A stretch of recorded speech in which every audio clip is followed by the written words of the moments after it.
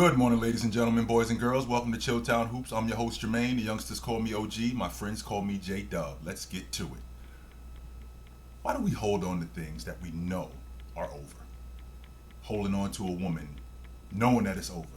She doesn't call you. You don't call her that much. You guys don't hang out nearly as much. A job. You hate going to this job. It doesn't pay nearly as much, and you know that you can do better. But you still hold on. Same thing is going on in Brooklyn. What are they holding on to this thing for? It's been nothing short of a ridiculous failure in the 3.5 years that this thing has been together. Kevin Durant and Kyrie Irving got together for one reason and one reason only. That was to win the NBA championship. And they haven't come close to that.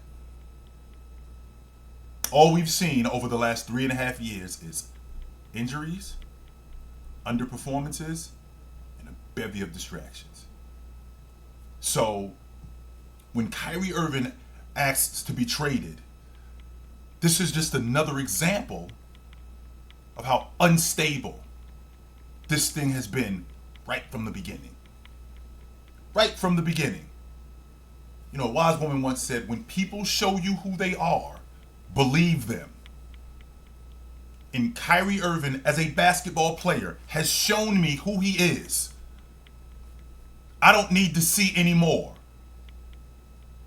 I don't have to ask myself, is this going to be this? No, he's already shown me years ago who he is. Unstable, inconsistent, and I can't build my unit around that. I could never build my unit around that. That's like building your house. You're going to build your house on sand, and then you wonder why it crumbles. When you build your unit around instability, it's going to crumble. And that's who Kyrie Irving is. So we start this thing in the 1920 season after he leaves Boston, in dramatic fashion, by the way. He comes to Brooklyn, plays the first 20 games, gets hurt. Kevin Durant hasn't played the whole season because he's still recovering from an Achilles tear, an Achilles rupture that happened the year before that in the NBA Finals. Okay, fine. So this is basically the grace period year. But then the next year in the 2021 season, okay, we've got a full season of healing, We're going to come back and we're going to be ready. Only KD breaks down. KD breaks down, has a hamstring injury, misses half the season. Kyrie Irving, on the other hand, is playing solid. Playing really solid. But then he breaks down in the playoffs. Strike two. Then last year, we have a bevy of things going on. Bevy of things going on. We have COVID vaccines. We have this other disruption of anti-Semitic comments, which he didn't make, by the way. He had nothing to do with that. He didn't say anything. He didn't say anything to that. Basically, all he did was retweeted something. That was it, which now has become a distraction. And then not only do they lose in the playoffs last season, they get swept out of the first round. Anybody who knows me knows for a fact how I feel about getting swept. I don't care if it's in the first round or it's in the NBA Finals. When you get swept, you aren't close to winning. You're not close. And this unit was going backwards. Now, there's a number of different aspects you can factor in here. Well, they traded away Jared Allen and they traded away Karis LeVert for James Harden. And then they traded James Harden away for Ben Simmons. That's also viable information that we can talk about. No question about that. But the one common denominator here that's been a part of why this thing has fallen apart has been Kyrie Irving and Kevin Durant, which is blowing my mind that none of you guys are talking about the one thing that should be talked about. Kyrie Irving asked to be traded yesterday. Why wasn't Kevin Durant immediately put on the trade block? What are we holding on to this thing for? Why are we holding on to this? There's no reason to hold on to this thing. This thing has failed miserably. And there's no reason to hold on to it. So if Irv is out, KD is out too. No reason to hold on to KD as well. And it's not like it's a situation where well, this is going to be bad for business. I believe Brooklyn is at the bottom half of the league in attendance. So it's not like they're one of the most viable teams in the league. Everybody knows that New York is a Knick town. Everybody knows that. It's like the Lakers and the Clippers. You know, the Clippers have beaten the Lakers 10 times in a row. Everybody knows that Los Angeles is a Laker town. Everybody knows that. That's not news. Same logic going on with Brooklyn. Everybody knows that New York is a Knick town. So, with that being said, why are you guys holding on to this thing? And the Brooklyn Nets have done a number of different things to prove their incompetence over the years. As far back as basically Danny Ainge backing up the Brinks truck and robbing them of all their first round picks and turning those first round picks into the championship contender that you see today. Meanwhile, Brooklyn went in the tank because he sold them Kevin Garnett, who was over, Paul Pierce, who was also over, and Jason Terry, who was over, for 3 first round picks.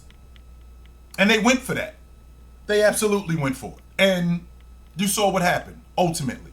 So this thing between Kyrie Irving asking to be traded is nothing new. They've already made their stance where they are with Kyrie Irving. Last season, when this distraction with this anti-Semitic remarks came about, I think that was the final straw with Sean Marks. I think he's out on Kyrie Irving. I think he wants nothing else to do with Kyrie Irving, which would explain why last season, when they had an opportunity to extend him, he passed. Because he's out of the Kyrie Irving business. To make matters worse, Kevin Durant axed out last year, which goes back to my original statement. When Kyrie Irving axed out, why isn't Kevin Durant on the block? Why haven't you notified every team in the NBA Kevin Durant is available today? And cut your losses, because it's time to start over. I'm not sure that I would be willing to win another game for the rest of the season and get myself in the Victor Wembanyama sweepstakes. It's not like you guys aren't going that way. Brooklyn has lost 7 of their last 11 games. So it's not like it's not like you're not going that way, because you are. And you can give these young guys an opportunity to play. The Ben Simmons fiasco, this Ben Simmons trade, it's also not worked out. So why are we holding on? Why are we holding on to this? There's no reason to do that. None whatsoever. So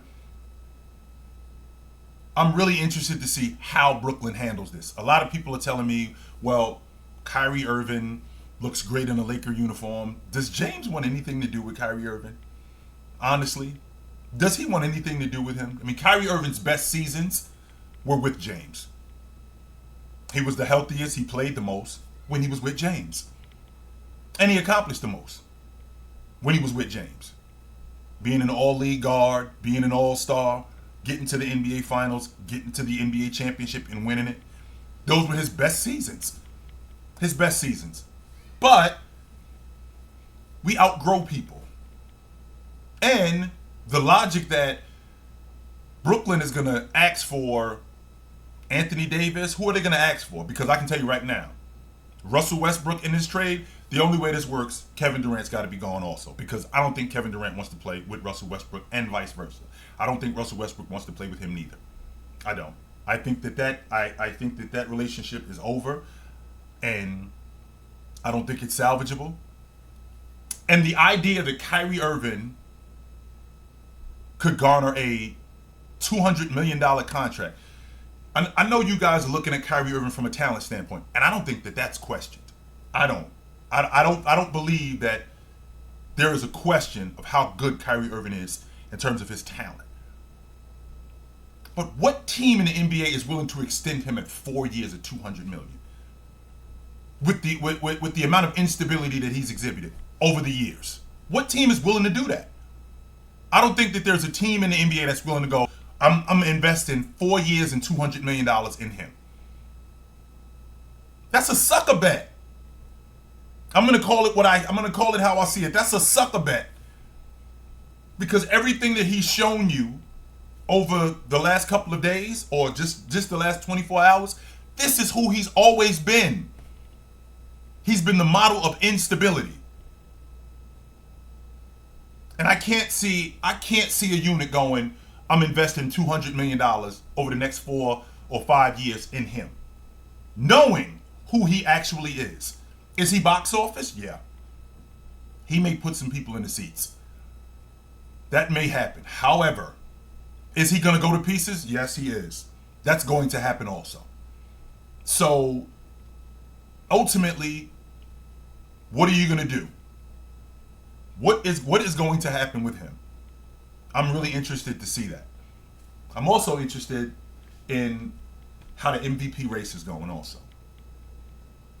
Because I see how awesome Denver is and why they are as awesome as they are. I mean, Joker is at the top of the league and everything. Same basically what he was doing last year.